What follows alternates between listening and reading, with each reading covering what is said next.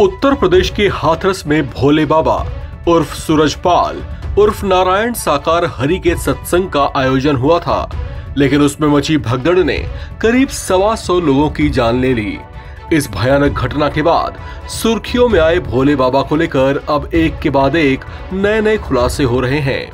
UP के पूर्व DGP Vikram Singh के मुताबिक भोले बाबा उर्फ सूरजपाल पर यौन शोषण समेत 5 अन्य गंभीर मामले दर्ज हैं।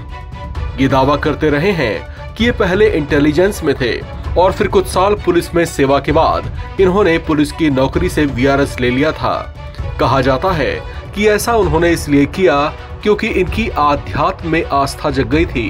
भोले बाबा को लेकर कहा जाता है कि तब से अब तक इन्होंने करोड़ों की संपत्तियां अर्जित की हैं। टीवी 9 की एक रिपोर्ट के मुताबिक यूपी के मैनपुरी में भोले बाबा उर्फ सूरजपाल का एक बेहद भव्य आश्रम है। बिछुआ के बाबा नाम से चर्चित ये आश्रम कई एकड़ में फैला हुआ है।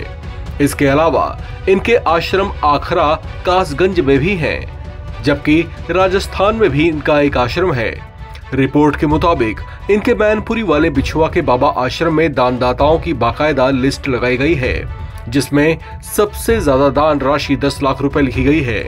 पिछले कुछ सालों में ही भोले बाबा की पॉपुलैरिटी बढ़ती चली गई।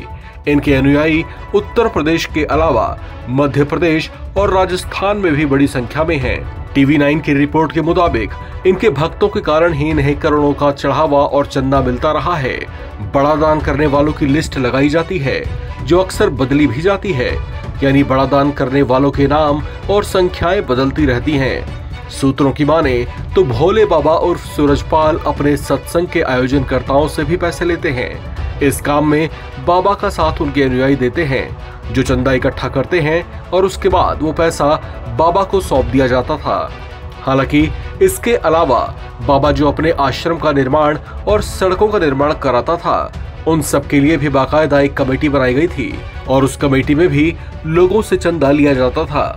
बताया जाता है कि बाबा के पास कई 100 करोड़ रुपए की संपत्तियां हैं। उनके एक आश्रम की कीमत करोड़ों रुपए में है। इसके अलावा भोले बाबा उर्फ नारायण साकार हरि लग्जरी जीवन जीने के आदी हैं। भोले बाबा उर्फ सूरजपाल उर्फ नारायण साकार हरि का बैकग्राउंड एक बेहद सामान्य परिवार से ही था। वे मूल रूप से उत्तर प्रदेश के एटा जिले के गांव बहादुर नगरी के रहने वाले हैं।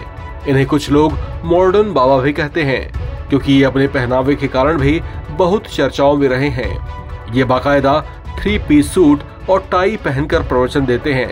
कुछ ही सालों में लोगों के बीच चर्चित हुए भोले बाबा के सत्संग में हजारों लोग जुटते हैं, जिससे इनकी प्रसिद्धि को समझा जा सकता है। इस खबर में फिलहाल इतना ही। बाकी अपडेट्स के लिए आप बने रहें एनबीटी ऑनलाइन के साथ।